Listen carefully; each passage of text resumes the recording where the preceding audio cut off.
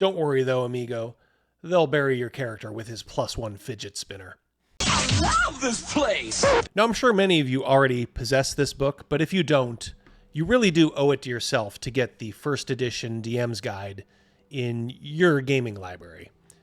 It is a holy text from the early days of gaming, and most of its wisdom is still relevant 45 years later. One of my favorite sections, and I'm sure I'm not alone here, has always been the Magic Items section. It's like a shopping list for toys that both players and DMs can use against each other in their eternal struggle. So I'm going to give you 10 of my favorite items from over the years. These magic items have appeared in future editions of the game, so the list is more or less edition agnostic, and of course would fit into any OSR game too. Right now I'm just going to concentrate on the more exotic items. If enough people like this video, I may do a future one on my favorite magic weapons, and maybe even one on my least favorite magic items in general. So make sure to hit that like button so I know that you're interested in this type of content. So in no particular order, let's get started. Figurines of Wondrous Power. I should say I'm not the biggest fan of the deck of many things. It's always been a tad too chaotic for me, and thanks to Wizards of the Coast butchering it further by releasing a book wherein they retconned an autistic paladin creating that accursed magic item, it's never been as passé as it's been right now. In its place, consider a set of Figurines of Wondrous Power. These little statues, at a command word, turn into full-size creatures ready to do your bidding. In the initial set, you get a giant ebony fly, a pair of golden lions, 3 ivory goats, a marble elephant, an obsidian steed, an onyx dog, a serpentine owl, and a partridge in a pear tree. Say a command word, toss the figure on the ground, and these creatures come into being and are at your disposal, ready to save your PC's asses at just the right time. When they're done with their task, they conveniently shrink back down to their statue form. Now, if we can just figure out a way to do this with our wives, am I right, fellas? Even if they're killed, they'll reappear. Just make sure nothing happens to the statues themselves, because if they break, the magic is done, and you're left with a worthless Pier 1 knickknack. Now, my favorite here is the Obsidian Steed, which is actually a nightmare that has a 10% chance of taking a good aligned rider Straight to hell! What I also like is that it's ridiculously easy to make more of these figures on your own and throw in your own complications. The Horn of Valhalla. Now, who can resist when the chips are down and the battle's going poorly? Getting some reinforcements from old Odin himself. That's what blowing this horn will do for you. Depending on the type of horn you possess, you'll get varying levels of berserkers from the beyond to fight on your behalf. Some give you lower numbers of higher level fighters and vice versa. They can make a difference at just the right time and save the party's bacon. Just remember to have some meat on hand for that victory celebration. These guys get cranky if there isn't. And actually, some of that bacon might not be a bad idea either. I like this horn because it seems very literary and very practical too. You should, of course, change the horn and the type of fighters it sends to you based on your particular campaign. If fighters from Valhalla don't work, just tie it to a great battle or a god in your world. As many of you know, I run the Birthright setting.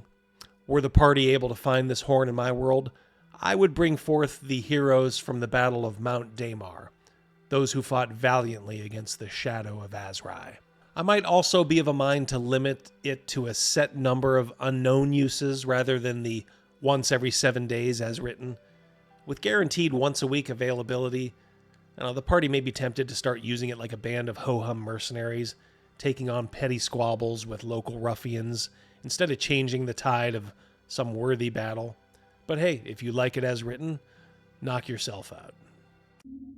The Rod of Smiting. I like the simplicity of the Rod of Smiting. A blinged out +3 rod that you can smash opponents over the head with.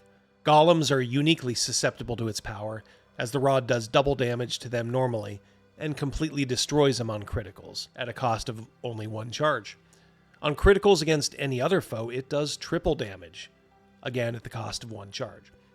Easy peasy, Japanesey, and the players will always welcome something like this into their arsenal.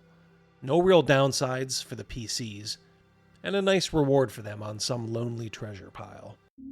Mirror of Life Trapping. While this one can be used by the players, its main purpose seems to be more of an obstacle to them.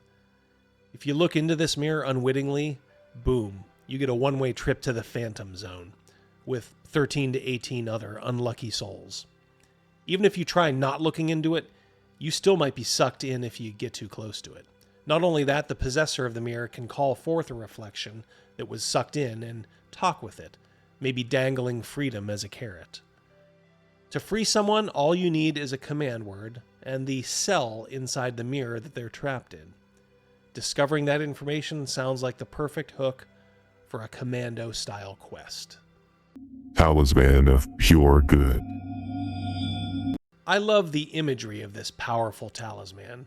A good cleric of high enough level, and pure enough in thought, can cause a flaming crack to open up below the feet of an evil cleric, drawing him down to the center of the earth.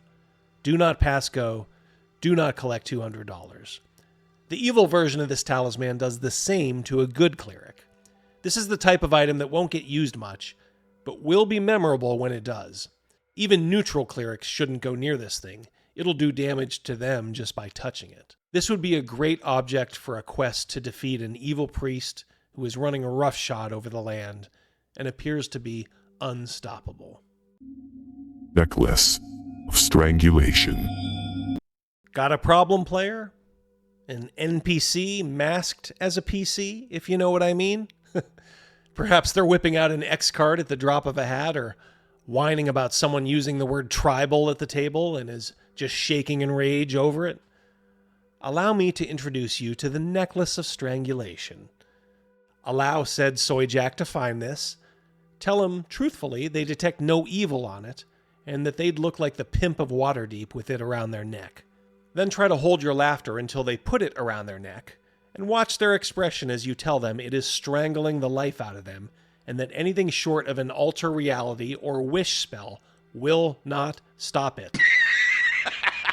Too bad, so sad. The rest of the party's already calling dibs on your gear. Don't worry though, amigo. They'll bury your character with his +1 fidget spinner. Wand of Illumination. Like the Rod of Smiting, I like the simplicity and utility of this wand. The PCs have light without a torch. They can make lights dance for effect. And it also can launch a brief sunburst that will completely destroy low-level undead creatures. If you're going into a dungeon and have your pick of low-power magic items to choose from, this should be at the top of the list. Ring of Genie Summoning. When you rub this ring, a genie will appear and await your command. While the stock version of the ring is a bit cliche at this point, I do like the idea of forging a relationship with an outsider. If that outsider is killed, the ring becomes worthless. Now, I might be of a mind to substitute a creature of the lower planes, maybe a demon or a devil, in the place of a genie. Something that's wickedly smart and equally helpful as well as untrustworthy. This could be like throwing a Molotov cocktail into the group, and wouldn't that be fun? Machine of Lum the Manad. Okay, let me know if you've ever had the guts to put this in any of your games. I have not, but this machine from the gods with 60 levers, 40 dials, and 20 switches seems like it could be incredibly fun to throw into a campaign unexpectedly. Of course, it could end that campaign, but that's beside the point. What this Archimedes-type machine does is completely up to you. Pull lever 37, you unleash a plague of locusts. Turn dial 1 and throw lever 2 up. Maybe you switch your gender. Pull lever 6, turn dial 6, and flip switch number 6. Well, Snake? Sir, that'll shut down the entire planet. I can't say I'll ever use this. I'm not even sure it fits most campaign worlds. But damn, I'm glad Gary thought of it. The Hut of Baba Yaga. Back in the mid-90s, TSR released the adventure The Dancing Hut of Baba Yaga. Now, I was always on the lookout for things I could use back then. And after I launched our Birthright campaign, I was searching for a way to include this odd adventure into it. Well, as it happens, Birthright has a wizard, a legendary wizard, going through the world who is an agent of chaos. She perfectly fits the mold of folklore's Baba Yaga. Birthright's wizard was just a little bit better looking. So 3 times now I've been able to include this hut in our games. Much like Doctor Who's TARDIS, the hut is bigger on the inside than it is on the outside. And the front door only works if the wizard wants it to. She, or Baba Yaga if you're using it right out of the box, may be kind and let you find an exit by going through the rooms and pocket dimensions contained inside this fantastic lair. When my players see the chicken hut, as they call it, they know crazy times are ahead if they venture inside. This might not be for every campaign, and it is every bit as cliche as, say, the Deck of Many Things, but I don't care on this one. It's grandfathered in. I just love the thought of Cerilia's wizard traveling around the realm in one of these things, causing madness and mayhem wherever she goes. Well, that's all for today. Don't be afraid to let me know what items make your top 10 list. Also, let me know where I got it right and where I got it wrong in the comments below. Don't forget to join us every Wednesday for The Lair. That's our weekly live stream at 7 p.m., where we talk to interesting people and yap about current events. Just me and a couple of my real-life friends, and it is always a good time. We hope to see you there. I hope you guys have a great rest of your day, and until we talk again, goodbye.